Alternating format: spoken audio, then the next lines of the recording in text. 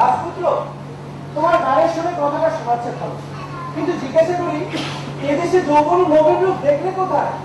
চারিদিকে একবার ঘুরে এসে দেখলুম ওরা চৌকো চৌকো কেটো চালে চলেছে, বুকে পেটে চ্যাপটা, পা ফেলছে খিটকুট খিটকুট খিটকুট শব্দে।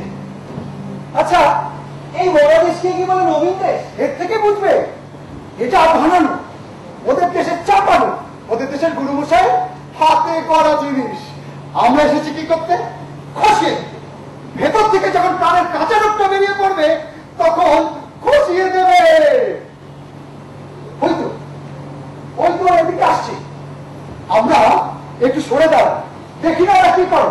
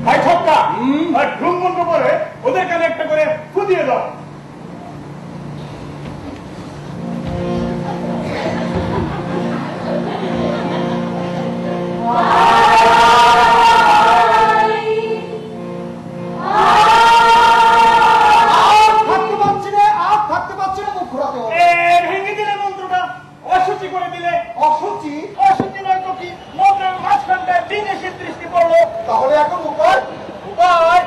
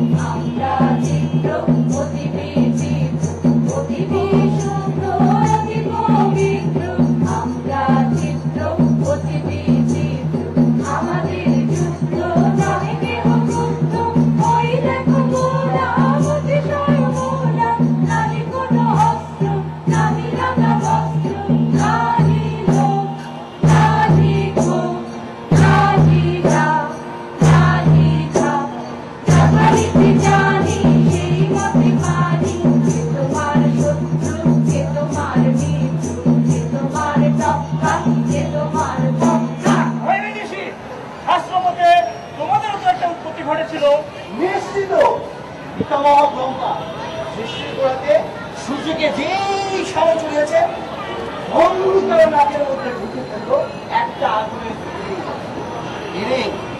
আমাদের মতো আওয়াজ করে হেসে ফেললে সেই বিশ্বকাপে হাসি থেকে আমাদের তাই বোঝা যাচ্ছে কেন এত চঞ্চল। স্থির থাকতে পারিনি, ছিটকে ছিটকে পড়ি। সেটা তো ভালো নয়। বলছে ভালো, আদি যুগের সেই হাসির তারা আগে সামলাতে পারছি না। একটা ভালো ফল দেখতে পাচ্ছি, সেই হাজির দ্বারায় তোমরা সকাল সকাল এখান থেকে ছিটকে পড়বে, টিকতেই পারবে না। তোমাদের যুদ্ধটা কি ধরনের? সেটা দুই দুই পক্ষে চার চার জনা হাসির মাপি। তাহলে তো মাথায় ফুটুকে বাঁধবে। হ্যাঁ, একেবারে তোমার তো। তোমাদেরও আদি কবির মন্ত্র আছে তো? আছে বই কি?